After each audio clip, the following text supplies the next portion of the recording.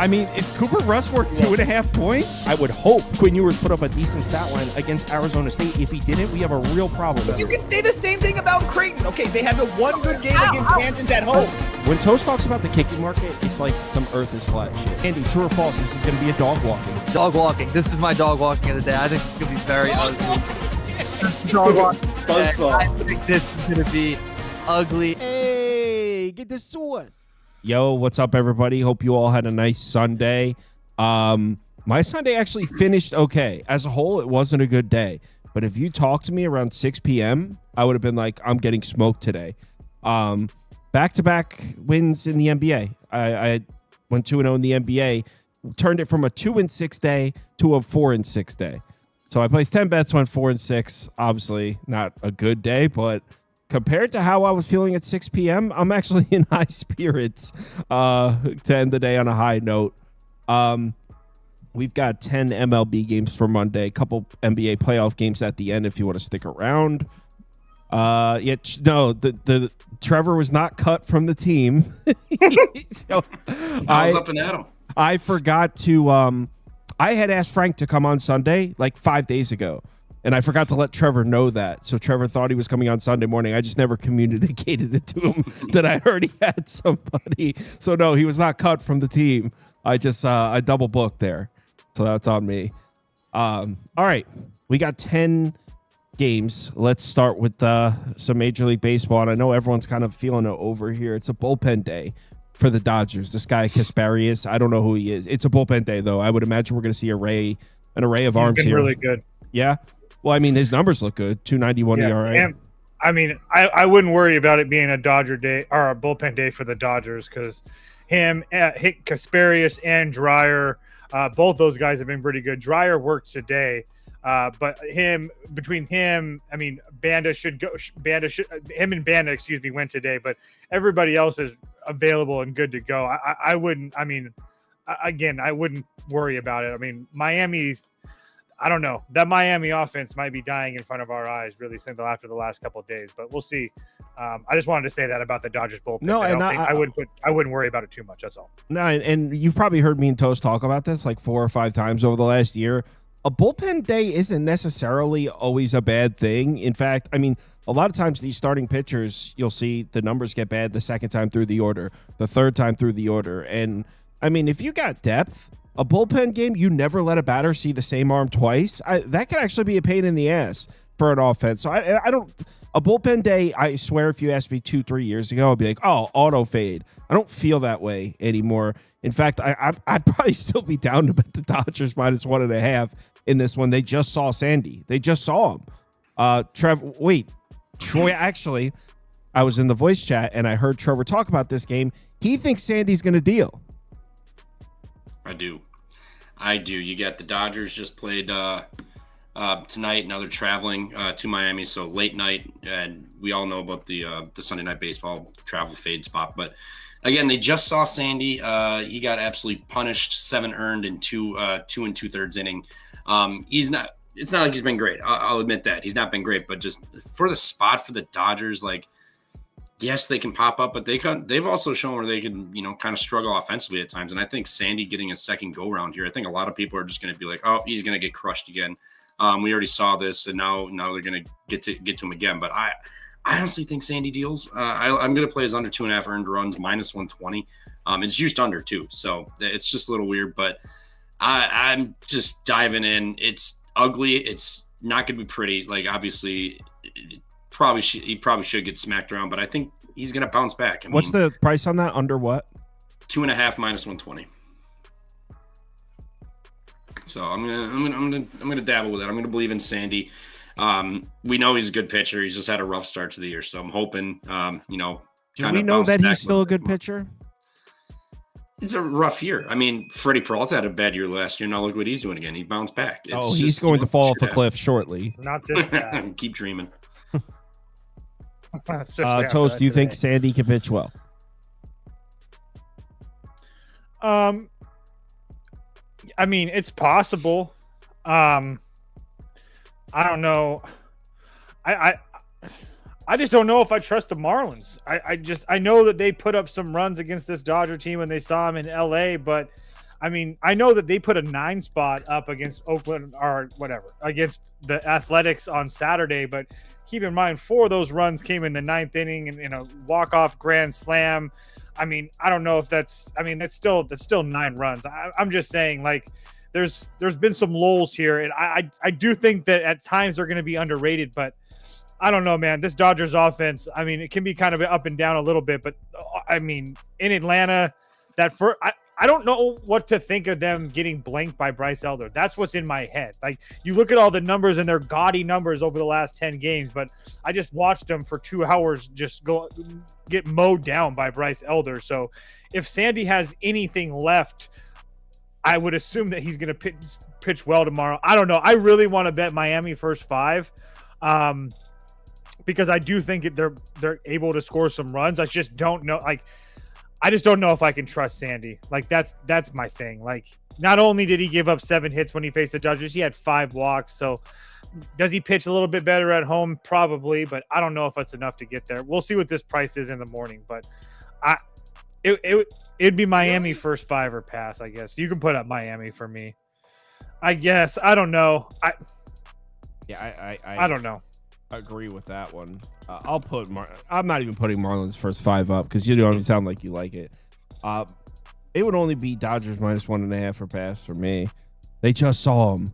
I know that they're coming off the Sunday night baseball with the travel and the yada and the yada and the yada, but I mean, the fact that Miami didn't win earlier today is just really grinding my gears. How do you not win that game? They lost to the Athletics at home. They had the heavy bullpen advantage. The Athletics had Mitch Spence and Ferguson shut them down at the end of the game. It was tied. Marlins used their arms, too. I mean, I don't really care about the Sunday night baseball travel. I think the Dodgers are going to score runs, but I'm not betting this. This is not one of the bets I have, so let's move on to the next one. I will also say that I always kind of get weary when the Dodgers are like less than -200, or especially like less than -180 when they play these bad teams. I don't know why. It's just a thought. I'm on Cleveland here. I got -115. You don't want to say apologies to for what? to you thinking that I was just blindly hating Bowden Francis when he just looked terrible. It's on management. They misused him. That's fair. I'll give you that. No, I'm on Cleveland. Washington's going to be shorthanded in the bullpen. They use Ferrer, Lopez, and Finnegan tonight. Now, most likely, Finnegan's going to be available because he had 2 days off before that. But, I mean, this is an awful bullpen to begin with. Now you take out one of their main arms. You got Jake Irvin starting, who he's honestly been a little shaky to start the year. I thought he was going to be really good this year. It hasn't really looked like that. In fact, I mean, it's crazy to say, but you can make an argument that Luis Ortiz has been like every bit as good as Jake Irvin this year, as crazy as that sounds. I mean, Luis Ortiz had one really bad start. That was against the Yankees. Other than that, he's been pretty solid. The Nationals, I know we all look at them as a dangerous lineup. They're loaded with lefties, and we all perceive the Nationals to be an explosive lineup. But the truth is, they're just like not really doing much. The last few righties they've seen, Hunter Green they didn't get to, but okay, it's Hunter Green. They didn't get to Taijuan Walker. They didn't get to Wheeler. They didn't get to Griffin Canning. They didn't get to Tyler McGill. They didn't get to Clay Holmes. They didn't get to Kodai Senga. They didn't get to Saganu. I mean, how many righties in a row before we're like, okay, the Nationals just suck? So I think Luis Ortiz will be fine. And even if he's not, even if Washington has the lead, which is possible, I think Cleveland's everybody capable.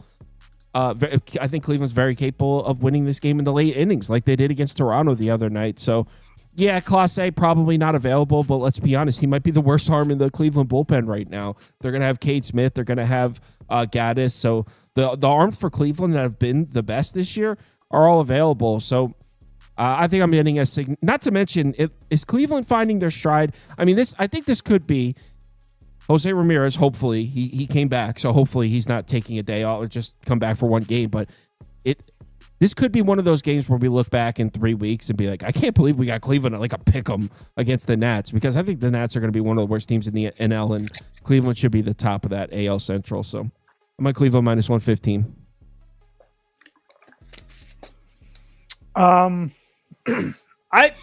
I don't know. I'm not really there with Cleveland personally. I need to see more from Louis Ortiz on the road.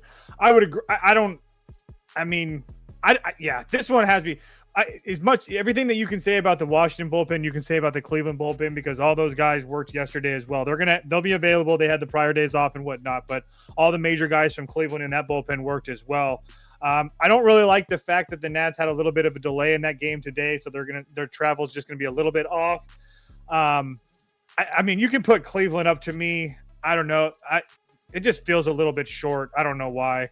No, I mean, dude, it's maybe because of Ortiz, but I feel like the line. I mean, Cleveland has been kind of bad for a lot of this season. So I think based on what we've seen so far in the season, I don't think the line is that sketchy, honestly. Yeah, it just doesn't feel good to me. I'm good on this one. It would be Nats or pass, to be honest. What do you think, Trev? Yeah, the line's not out yet, but Jake Irvin over outs. Washington, they'll send him out there to get shelled. I mean, 6 innings, he gave up 6 versus on the road at Philly. I mean, earlier in the year too, 4-4 earned runs, still won 5 and 6 innings. But for the last 4 outings, he's gone 6, 7 1/3, 6 1/3, 7 and 6. So I mean, he's going deep into games. So if I can get a decent price with like over 17.5 or something, I'm going to play that. Like, I think he just goes out there. They sent him out for 6 plus at least. I know the bullpen's not going to be entirely crushed. They didn't use much today, Lopez, Fair, and Finnegan, but still, Irvin, just an inning eater guy. They go out there, you can consistently get 6 plus out of him to help them out. And he's not been terrible. I know he just got shelled by Philly. I was on the road, but prior to that, Mets at Colorado, Pittsburgh, he gave up 0, 2, and 1. So, I mean, he's been fine. I think, had a rough one versus Philly. That's Philly at home. I think he'll deal tomorrow. Cleveland has been coming back to life a little bit here, but he played them last year. Where did he went? He went 6 innings, 5 hits, 2 earned at Cleveland. So I think he'll be fine tomorrow. If I can get a nice number on 17.5, I'm in. Shipley says, Trevor, my girl said you look like Freddie Mercury. I've heard worse. We switched mine to the Nats, by the way. Why? Because that's what I said. You said Cleveland or pass. No, I didn't. No, you did say Nats. Is that cool? You're good with that now? Yeah, I'm good with that. Next up, San Diego in New York. I'm hearing there is rain in the forecast. Same with that last game. I should have said that. I forgot about that. Yeah, someone said in the comments. Oh, is there? I missed it. Yeah, rain all over the place this weekend. Drizzle. Look, I know you guys are all trying to throw Carlos Rodon a parade. He's pitched 3 great games in a row, 3 consecutive great starts. Can we at least consider the source here? 3 consecutive great starts. Let me ask you, against who? Let's check it out. Who has Carlos Rodon pitched against? Let's bring it up on the screen. Let's do that. I'd like everyone to see it. Let's all gather around and look at Carlos. Matter of fact, yeah. Let's all gather around and look at Carlos Rodon starts because he's been pitching great, right? That's what someone said in the voice chat. I think it was Shriek. He's been great. Well, he's pitched against Baltimore. What do we know about Baltimore? They're the worst lineup in baseball against left-handed pitching. Then Cleveland. What do we know about Cleveland? They can't hit lefties. They're a lineup loaded with lefties. Before that, Tampa. What do we know about Tampa? They're horrible against lefties. So forgive me if I'm not trying to give Carlos Rodon the Cy Young Award for pitching 3 straight games against 3 lineups that can't hit lefties. Also, all those games are not in Yankee Stadium. The times that he's pitched in Yankee Stadium this year, he's been really, really bad. Except for, of course, the Brewers, which they can make anybody look good. But Arizona and San Francisco, they throttled him. So I just wanted to point that out. So I mean, it would only be Padres, but Pavetta's due to just get rocked. I agree with that, and I don't know if it happens with the Yankees right now, but I will say this: the Padres bullpen's in a little bit of a situation. Probably no Estrada, probably no Adam, probably no Peralta, and the only reason that I didn't mark off Adrian Morejon is because he only had, I think it was like 18 or 8, 11 and something like that in the last prior 4 days to today. So maybe, just maybe, he's available, but the Padres bullpen is in a severe situation. So they're really going to count on Nick Pivetta to go deep in the game. He's been able to do that. I mean, 7 innings on the road at Detroit, 6 innings against Chicago, 7 innings at home against Colorado. Obviously, regardless of how much shit I talk about the Yankees offense, they pose a much bigger threat to him. Not to mention the fact they do kind of know him. A lot of these guys on the Yankees have seen him because he did play for Boston for so long in the past, but he didn't pitch against them last year, but none of the results have been really great against the Yankees in his career. I actually kind of lean the Yankees just because of the Padres bullpen situation, and sooner or later the Yankees bats are going to go off. So you can put the Yankees up for me.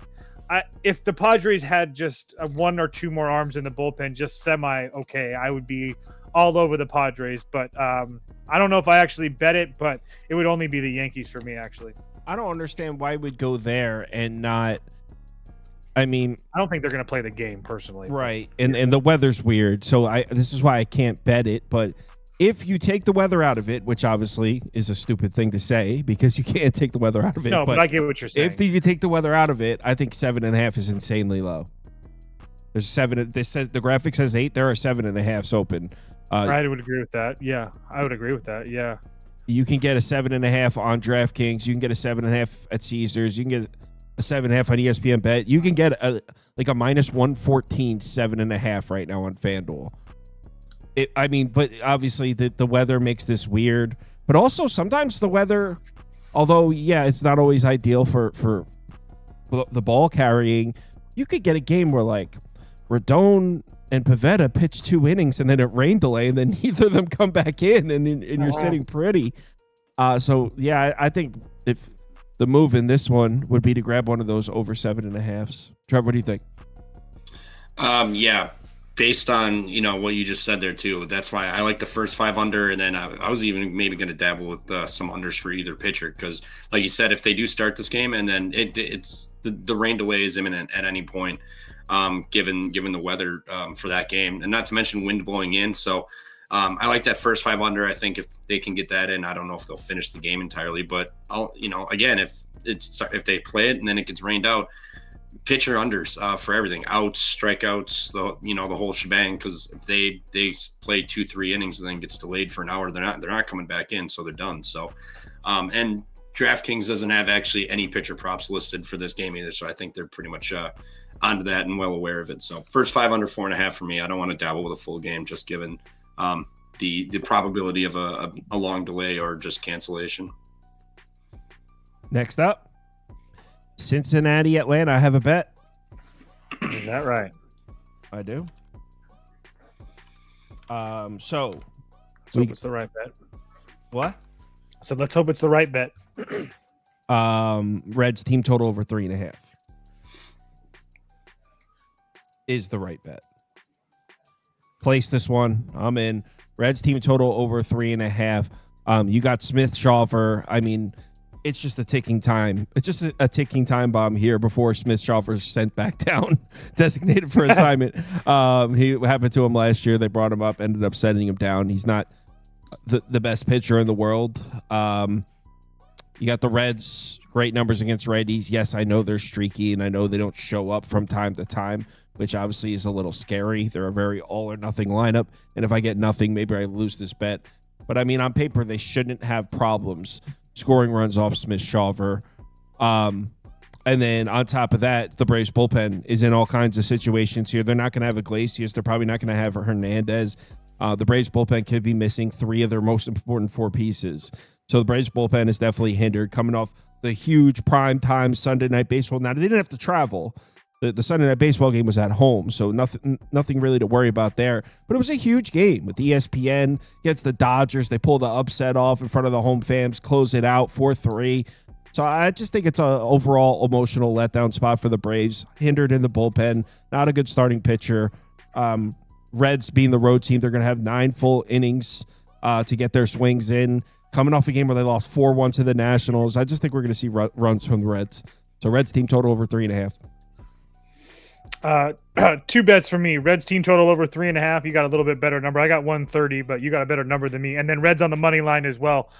Can't really add more to what Kyle said, but I do think this is a good. The number of the 3.5 was crazy with the Atlanta bullpen to me. I mean, the Reds have been losing games, but they've also been scoring. Now, granted, they have been at home. I will give you that, but at the same time, I'm not really too worried about it. I mean, it's not like Truist Park is going to be terrible. It's going to be like 65 with the wind blowing out, so it's not going to be too bad. And as far as the Reds as a side goes, Brady Singer's been just fine. I like Kyle said, I don't really like the spot for the Braves in general, but the 2 road starts, I'm sorry. Yeah, the 2 road starts for Brady Singer. One of them against Milwaukee wasn't great. The one against Miami was good, but 6 innings strong against St. Louis, 4 innings against Seattle, but we know how good that Seattle team is, especially on the road. 5 innings, 3 runs against Pittsburgh. But again, as long as he can get us through 5 with being in this game, and then the Reds didn't really use anybody that big in the bullpen, they're going to have everybody rested and available. I just think there's an advantage for the Reds late in this ball game. So, and the Reds kind of got embarrassed the last couple of days with the bullpen, with the situations at home. So yeah, I kind of like the spot for the Reds. Trev? Yeah, I played the team total with you. You got Smith-Shawver. He doesn't go deep into games, like 5 innings. He gives up 2 at least every single time. Not to mention, we got nice weather in Atlanta tomorrow. 70 degrees, wind blowing out to left field, 7 miles an hour. And Smith-Shawver, 50% fly ball rate this year too. So he's putting, when balls do get hit off of him, they're sitting in the air. So carrying out, nice weather, wind blowing out, sun's out. Yeah, I like Reds. And Reds, I know they didn't show up today offensively, but the last 3-4 games prior, their offense, showed back up. So maybe maybe it's going to be a weird game and they don't score anything. But at 3.5, I'm going to ride that with you too. Yeah, you're going with the team total over. Yep. Yeah, I am not really cool with trusting Brady Singer here. I think it's possible Singer gets shelled. So rather than even have to worry about Brady Singer, I just went team total over. What makes you think that Brady Singer, the Braves still can't do diddly poo on offense? Even they won. I mean, they won tonight because they had 2 Austin Riley home runs. Besides that, nobody did diddly poo. I mean, they haven't scored in a week. Reds team total over. Next, Giants on the road. Well, Cubs fans. Oh man, heart goes out to you, Cubs fans. Tough one, huh? Fly that out, Craig. Tough loss. Both of you guys just stupid. Tough loss, Cubs. Oh, just You hate to see it. You do hate to see that. Such a proud franchise and a proud fan base to go down like that with your guy on the mound. Imanaga got smacked around. Wow, pulled his hammy. 2 men on base, pulled his hamstring. Who knows how many runs he would have given up in that inning? Oh, there was an avalanche. It was an avalanche coming. Yeah, honestly, I'd like to see a doctor's report on the pulled hamstring. I think he bailed. That was my first thought. Is like, right, likely story. Starts getting in some trouble. Oh, hammy. So yeah. Anyway. Oh, so I bet this one, by the way. Under. I know that Landon Rupp making a road start in Wrigley, it's taking an under seems crazy, but you have wind blowing in at Wrigley Field. I don't care how hot the Cubs lineup is or how good you think the Cubs lineup is. We've seen the Dodgers go into Wrigley with the winds blowing in and the final score is 3-1. I mean, it's a crazy ballpark. And when the wind's blowing in, it's very hard to score runs. So this is strictly a play on the weather at Wrigley Field. Yeah, under. Cubs money line for me. Don't care if it's going to be public or anything like that. I've been telling you guys for, I don't know, probably 2-3 weeks now that Landon Rupp is not good at baseball. He's 3 of his last 4 starts. He's been shelled. He pitched well against the Angels. Congratulations.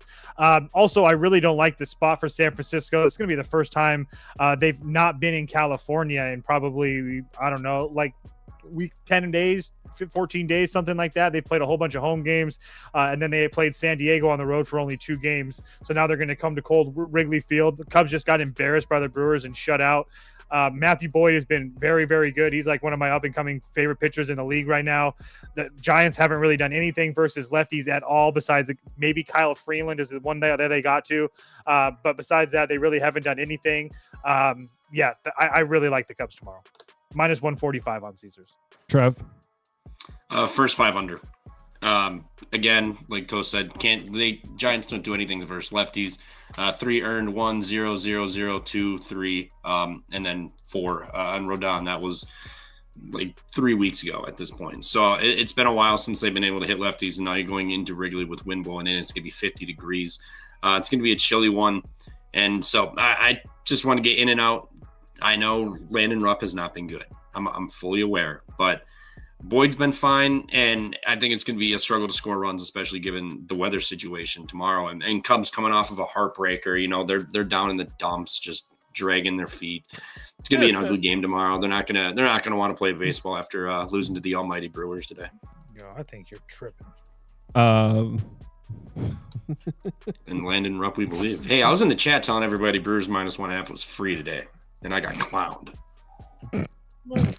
Speaking of which, let's talk Brewers ball. Astros on the road in Milwaukee. The sizzling hot Brewers coming off a huge win. Fastball Are Freddie. they officially back? Yeah, you think they're back? Oh, they're so back. Oh, We just needed a big win like that to spark up the boys. Here we go. is that your way of saying you're on Toby? No, I don't trust him this year. He's not even going deep into games either. I don't know what's going on with him. They should have kept Henderson up and sent down freaking Payamps or something for Myers and work around that bullpen some way. But regardless, anyway, I'm on Brewers over 3.5 -130. If you look at Blanco, what he's done, he's been getting hit up a little bit this year. If I can pull him up, where are you, Mr. Blanco? Hard. Obviously, ground ball guy, not harder hit percentage, but 3-1, 3-2, 4-3 given up this year. On the road, he went to Minnesota and St. Louis. He had 4 and 3 earned. Hasn't been going deep for Blanco standards, five innings. So I think the Brewers, and it's Brewers versus righties, we know what they do. I know they maybe have slumped a little bit lately, but Blanco hasn't been incredibly sharp. Brewers at home off of a big win. Boys are sparked up. Bats are going to be swinging. We got the torpedo bats are in too. It's time to hit some nukes and get the boys going here. We're gonna get runs tomorrow.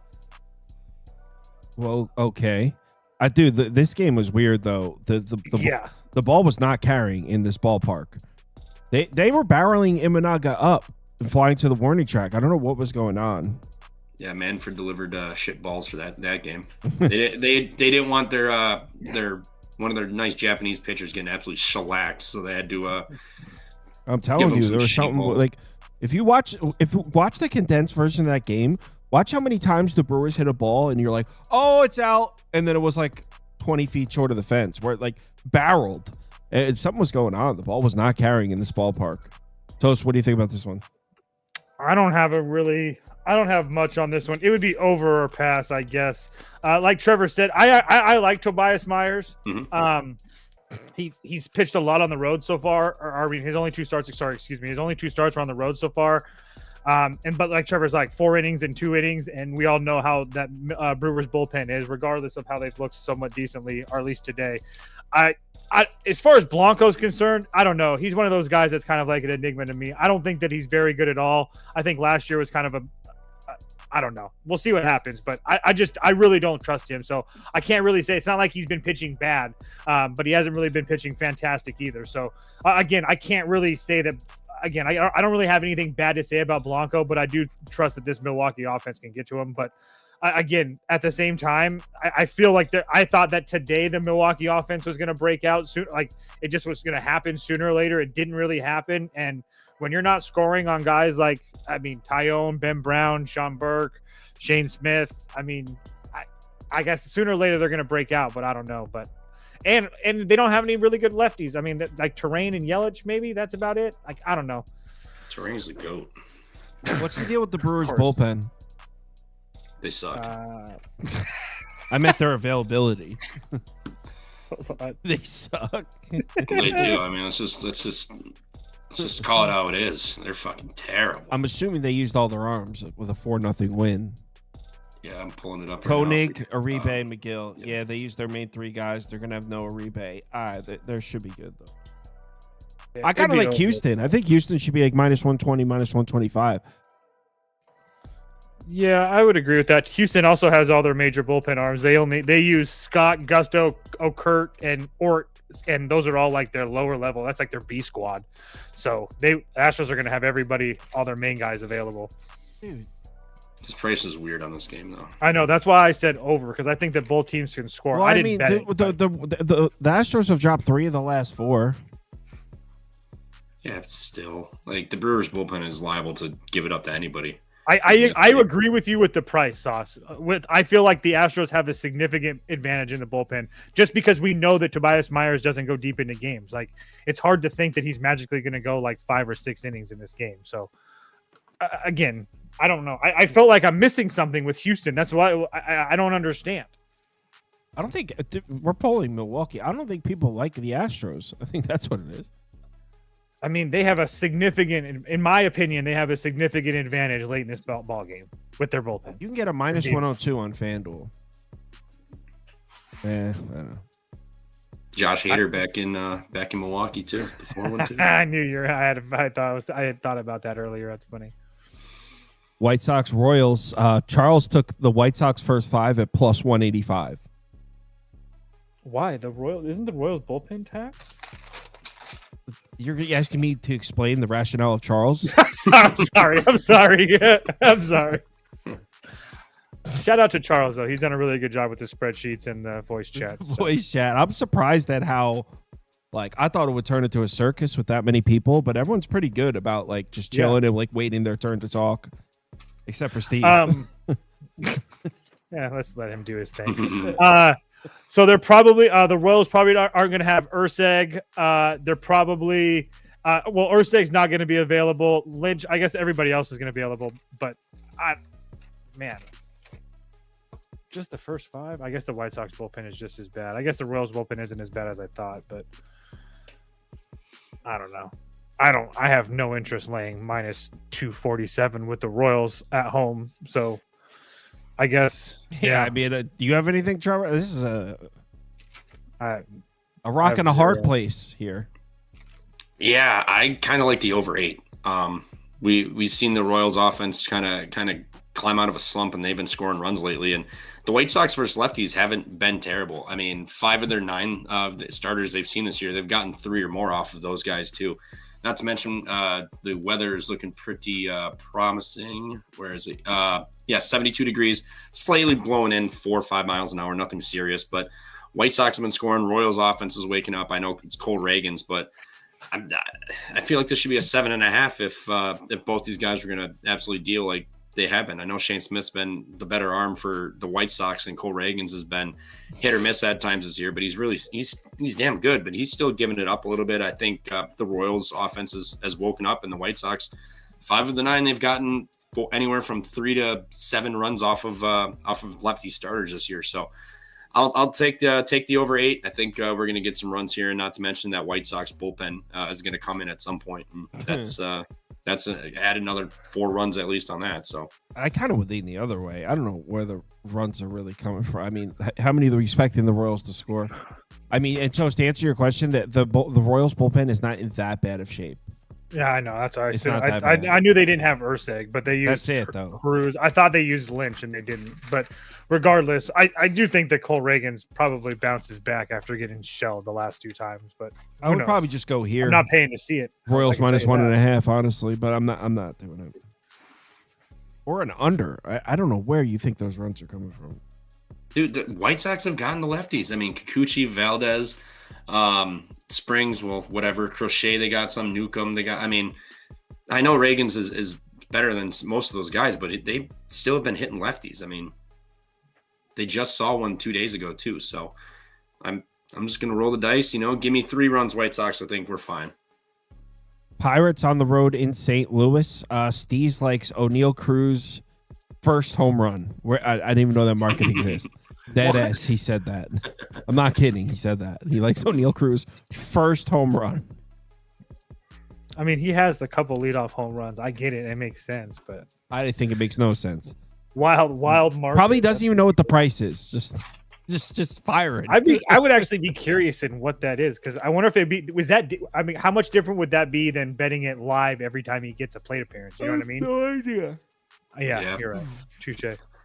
Next plate appearance, home run or something, probably decent price. I know everyone's going to talk about Cardinals being off a doubleheader here. I know that's going to be a lead story. I wouldn't worry about that. They did it without. They like saved their entire bullpen through a doubleheader somehow. I was going to say they used everybody, but I mean they used Helsley, Maton, Romero, Lehigh, McGreevy, but most of them were all going rested. To be they were all rested. I mean, I think Helsley's going to be 2 out of 3, but I mean, I don't know. Michaelis has great numbers against the Pirates. Santana, Bednar. Mlodzinski sucked. Honestly, I didn't bet this one, but if I was to bet, I would just say I don't care about the doubleheader, dude. Mlodzinski's terrible. And just go Cardinals money line, but I'm not betting this. I don't really love the board tomorrow, so a lot of these are just hella leans. It would be over or pass for me. I know that Michaelis has been somewhat feasible at times this year, but I do think, is it going to be Michaelis or is it going to be Michaelis? Palante? That's what I'm seeing. Okay. Michaelis. Yeah, I did all my stuff on Palante because that's what they have on Baseball Reference. So, yeah, I don't know. I really have nothing. I have nothing. Trev? Yeah, I played Pirates over 3.5. I think majority of the voice chat is on that too. The Pirate, great. The offense is not great, but the numbers they have versus Michaelis here are. What's the price on the over 3.5? I got -125. The numbers they have off of Michaelis. What did I miss? Well, they're 42 of 142, but that's a 300 batting average, a 450 slug. And not to mention Brian Reynolds, 14 of 39, Adam Frazier, 13 of 34, Brian Hayes, 8 of 21, O'Neal Cruz, not great, 2 of 10, but both of those have been extra base hits. So, and he's also the shortest home run price tomorrow, 280, and his bases are -110. Like, it just kind of feels telling, but Michaelis not great. We already know about this guy. He loves to, he rolls out of bed, gives up 2-3 earned every time, and he's been damn good the last 2 games, which makes no sense. He hasn't given up a run in the last 2 games. So I think tomorrow he's going to be in a little bit of trouble. Pirates, I think, are going to score. They have great numbers off of him. They've seen him plenty. I'm just going to roll with that over 3.5, and not to mention, like Toe said, the bullpen was used up a little bit. So like Maton and Helsley are going to be gone. So probably not going to be able to get used. So I like the Pirates to score 4 here tomorrow at least. All right. Next, I think I would do Pirates first 5 over 1.5 personally, if I had to do anything. Or just Michaelis or over earned run. Just because of now that I'm looking at Michaelis' stuff with him not giving up anything, sooner or later that's going to break. Mm-hmm. So the dam is going to break. Mets Snakes. I have no idea what to do with this one. I don't hate that. I don't hate that prop though, Trev. I made a graphic for it when we talked about it in the voice chat. What makes this one confusing is we haven't seen Ryan Nelson, the lore around Ryan Nelson, and this dates back multiple years. We're not just talking about last year, the last 2 years. This dude, for whatever reason, cannot pitch in this ballpark. On the road, you could back him, but for whatever reason, he always gets rocked in this ballpark. Now, we're talking about last season. We're talking about 2023. Is that still a thing? I don't know. We're about to find out. I don't think he's started a game yet this year, right? I think it's his first start. Yeah, it'll be his first start this year, but he did have a start against the Mets last year at home, went 6 innings or 6 1/3, 2 runs. So just wanted to throw that out there. I have Griffin Canning over 4.5 hits. The Mets used all their arms in the doubleheader. I just think they'll put Griffin Canning in a position where he needs to pitch through some shit. And on the road against Arizona, a bunch of lefties, a team that can get to right-handed pitching. If Griffin Canning gives up a couple hits, the Mets are going to give him a long leash because they're not trying to use up a bunch of arms in the first game of the series coming off the doubleheader. So I would imagine Griffin Canning's going to be in the quote-unquote innings eater role here to just try to get through as many batters as he can, which means he might have to absorb a few hits. So this is what I would do. Yeah, I'm going to play as over 15.5 outs. I might tail you with those hits too, a little double dip. But yeah, I mean, he's gone 5, 5, 6, 5 1/3, and 5 2/3. So I mean, like he's kind of sitting around that 5. But the entire bullpen was used, doubleheader, and you're traveling. Griffin Canning, I think, has to go 6 at least tomorrow for the Mets here. So Over 15.5 outs at -105. I have no issue taking even money basically on that. But I'll ride those hits with you too, because they have to leave them out there. They can't get them through 5 and then just go throw the bullpen right back in there. They need them to get at least 6 plus tomorrow. So I'm gonna be on the Can Man's outs. Can Man. Toast. Arizona team total over 4.5 or pass. I didn't bet this. I really wanted to get to Arizona, but I would need plus money, and it looks like those are all gone. Probably going to be a pick 'em by the time we wake up in the morning. So I do think that Arizona's offense is starting to turn around. I know that Marte didn't play today, but like I was saying, that offense is going to get better versus left-handed pitching sooner or later. They kind of broke out. They had a lot of hits the last couple of days. I think coming home, this shouldn't matter to them. And I don't really know what to think of Can Man. I mean, he's been really good so far, but Nationals, Phillies, Cardinals, Athletics, Toronto, Houston. I think the Snakes present a much bigger challenge. But again, I didn't bet this. I was trying to figure out a good positive things to say about Ryan Nelson at home, but it's just really hard to get there. So you got to be kind of selective with your words. Someone asked who won the betting league. Charles Selman, a longtime member, won the betting league this week. So new league starts tonight for tomorrow. I'll put that up probably about 30 minutes after the stream ends. So just keep an eye out. It'll be posted. Check it in the morning, or if you're still going to be up. New league starts tomorrow. We all start at 0. Next up, last baseball game, Seattle on the road in Sacramento against the A's. Maybe something of a sketchy price. Maybe the market respects Severino, but we're talking about a hitter's ballpark. There's been runs scored there all year. The Mariners have been the best road lineup in baseball. I mean, this feels like a gift horse, so much so that I'm scared to actually bet it.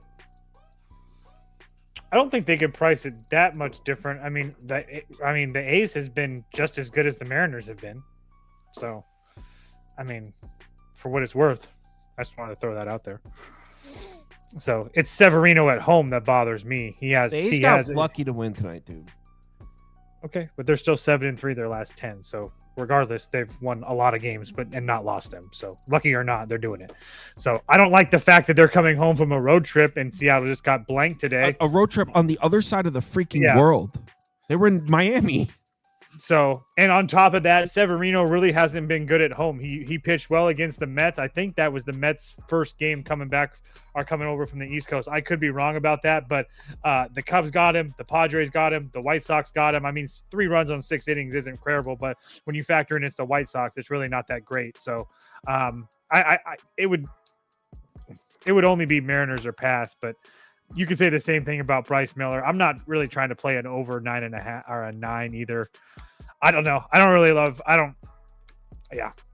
much tomorrow. Well, here's the thing. When it comes to the Athletics, you look at the starters they've seen, and they do have DeGrom on there twice. So they have seen DeGrom.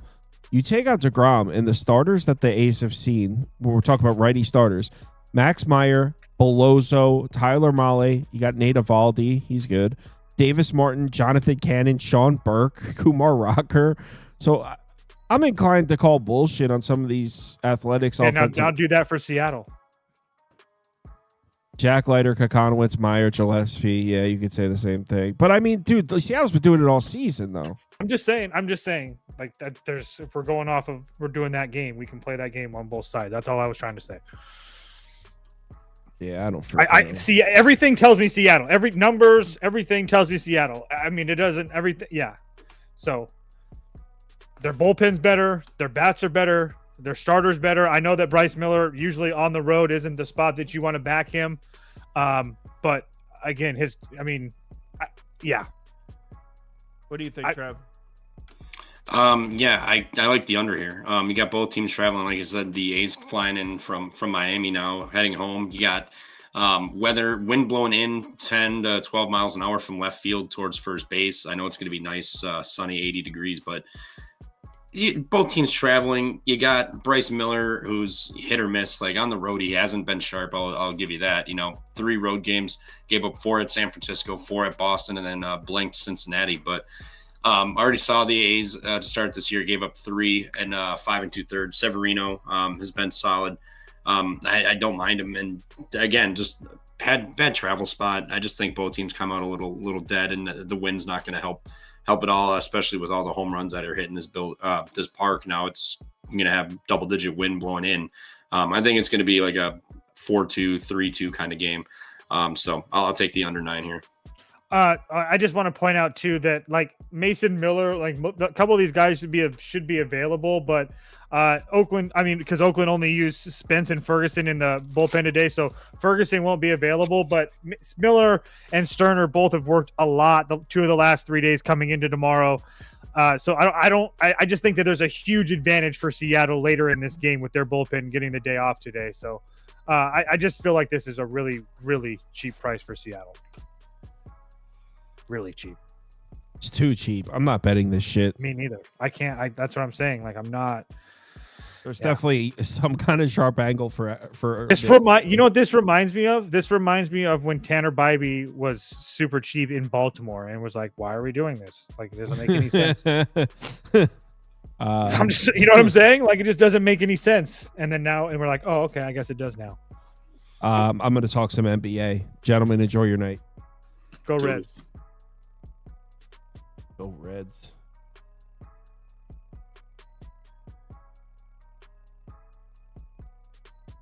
This will be quick.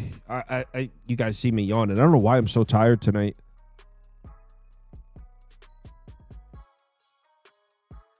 You know what? The weekends are the morning. I have to wake up and prep for the morning show on Saturday and Sunday. So come Sunday night, I'm definitely ready for... You know when you're badly in need to sleep without an alarm? I need that. I need to go to sleep and not set an alarm. That's what I need tonight. And tomorrow morning I am able to sleep. So, all right. Not a good looking graphic for the Knicks. New York on the road in Boston, game 1. We got 2 series starting. First round was cool. It's officially over, but it was a fun round. Some obvious. Every single year there's blowouts in the 1-8 series, and every single year people act like there's not always there's always blowouts in 1-8. So of course we're going to see a few of them, but we saw a couple really good series. Pistons Knicks was fun. Clippers Nuggets, obviously Rockets Warriors was great too. So had a fun first round.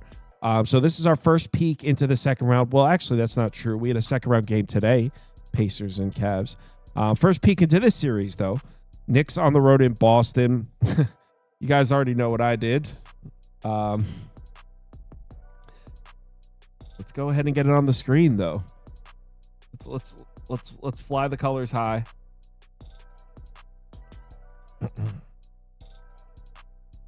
Knicks plus the points. All right.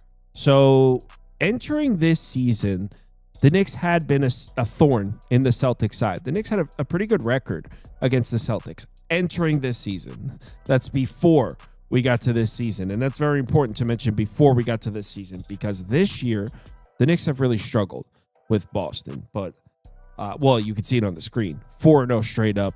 4-0 straight up, 3-1 against the spread against the Knicks this year. But important thing to keep in mind when we're looking at this graphic, these two teams only played healthy once. Mitchell Robinson didn't play in the first 3 games. OG Anunoby missed one of them. Porzingis missed one. I think it was Jaylen Brown missed one. So we didn't see the Knicks versus Celtics fully healthy until April 8th. That April 8th game, that was the first time we saw the fully healthy Knicks against the fully healthy Celtics. 117-119 was the final score, went to overtime. So the first time we saw the Knicks and Celtics play healthy, game went to overtime. It was a battle. Now, that was in Madison Square Garden, not Boston. But something to keep in mind specifically about that game, that April 8th game. Now, keep in mind, that was the first time, the only time, the Knicks and Celtics have played healthy this year, and it went to overtime. Now, you might be saying, Kyle, who cares? OG Anunoby missed one. Mitchell Robinson missed all 3. Now, you might be saying, Kyle, who cares about Mitchell Robinson, though? He doesn't have that much of an impact. He only plays 18 to 20 minutes a game. Here's the thing. He does have that much of an impact. He gives the Knicks a presence down low, protects the basket, allows them to put pressure on the perimeter and take away the 3-point shot. And just to give you an idea how crazy it is, So you guys know the NBA season starts in October, right? So the NBA season starts in October. We are now in May. Mitchell Robinson came back to the team February 28th. So pretty much just over halfway through the season. Watch this. The Knicks defensive numbers up until February 27th, they were 17th in defensive efficiency, dead last against the three-point shot. They were the worst three-point defense in the NBA on February 27th. Mitchell Robinson came back on February 28th. Since February 28th, they are the best three-point defense in the NBA and 6th in defensive efficiency. So before Mitchell Robinson came back, the first 4 months of the season, the Knicks were a terrible defensive team. Mitchell Robinson returns. He missed the first 2/3 of the season with an injury. When he comes back, they turn into one of the best defenses in the NBA, specifically on the three-point line. They go from the worst three-point defense in the NBA to the best.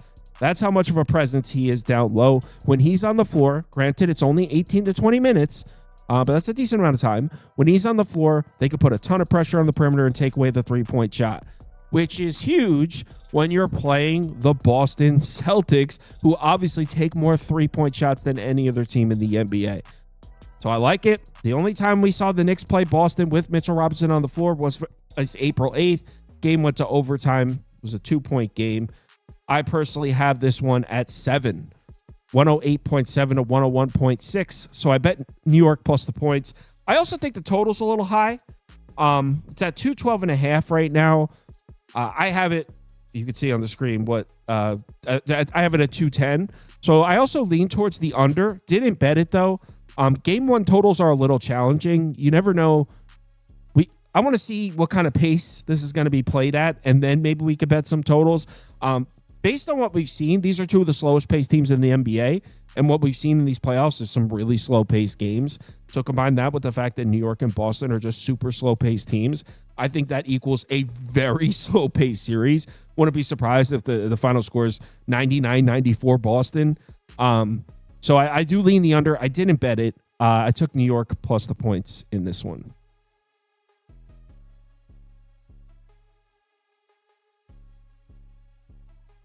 All right.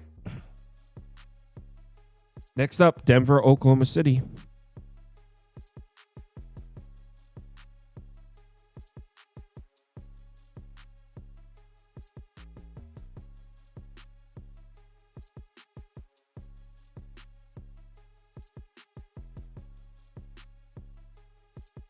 All right. Game one of this series, and this one's a little bit simpler. I know some of you probably thought what I said about Mitchell Robinson was a bit of a reach. Maybe. I think it's a good point, and as a Knicks fan, he does play a huge factor. The Knicks defense is completely different when he's in the rotation. That's all he does. He can't play on offense. He has stone hands, but he's a serious defensive presence. So I think that the data point when the Knicks played with Mitchell Robinson, whatever. I said all that to say this. This one's a little more straightforward. I played Oklahoma City. I laid the 9.5 here. Yeah, I bet this. I'm on Oklahoma City minus 9.5. Now, you look at the graphic on the screen, you could see that Denver actually beat Oklahoma City twice. So these two teams are actually 2-2. Denver beat Oklahoma City twice. Here's the thing. There's kind of asterisks. Wow. Asterisks next to both of them. November 6th, that was the first time the Nuggets beat Oklahoma City. There was no Hartenstein. You remember that stretch earlier in the season where Oklahoma City didn't have Hartenstein and they were really struggling defensively? That was during that stretch. Oklahoma City wasn't all that great. It was like a 2 or 3 week stretch where Oklahoma City wasn't playing defense. The Nuggets got them there. In Denver, they beat them 124-122. So maybe not an asterisk there. The Oklahoma City wasn't at full strength. I'll say that. Then the March 10th one, dude, I could care less about that data point. They just played the night before. They played on March 9th. You can see the dates on the left side. They played on March 9th. Oklahoma City beat the brakes off of Denver, 127-103. The next night in the same building, Aaron Gordon is ruled out. Just a typical flat spot. I mean, Oklahoma City just beat the life out of this team. Then one of the starters is ruled out. You come out flat. So I really don't care about that data point either. I mean, the way that these two teams match up, in my opinion, is very favorable to Oklahoma City. What is Denver? They're a strong offensive team, questionable defensive team, right? That's been the Nuggets build all year. You can count on the offense. They could score. I know we didn't see a ton of that in the Clippers series, but that's what the Nuggets team is. They're an offensive team with questionable defense. That is the bread and butter for the teams that Oklahoma City has absolutely smoked this year. Against good offensive teams, against top 10 offenses, 19-6 against the spread, 20-5 straight up. Against bottom 10 defenses, 27-2 against the spread, 26-3 straight up. That's the exact recipe that Oklahoma City has just been dominant against. Good offensive teams that struggle defensively. Teams that try to play some kind of shootout with Oklahoma City. They get rocked. I don't think there's any reason to step in front of the Oklahoma City train. Personally, I have this one at 12. 118.4, 106.5. That's where I have this one. So the total's pretty. I have the total right on there. 225 exactly. Personally, the last series, I'm not trying to take credit away from Denver at all. I think, in my opinion, watching the whole series, I think the Clippers choked just as much as the Denver Nuggets played well.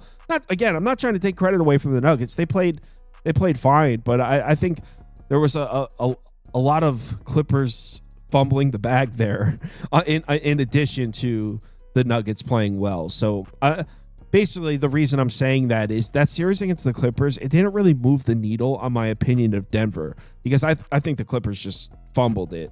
Oklahoma City's the best team in the NBA. They've been so good against these types of teams. I don't think there's any reason to step in front of it. Oklahoma City comes out scoring a lot. I laid the 9.5. All right. Thank you guys for watching.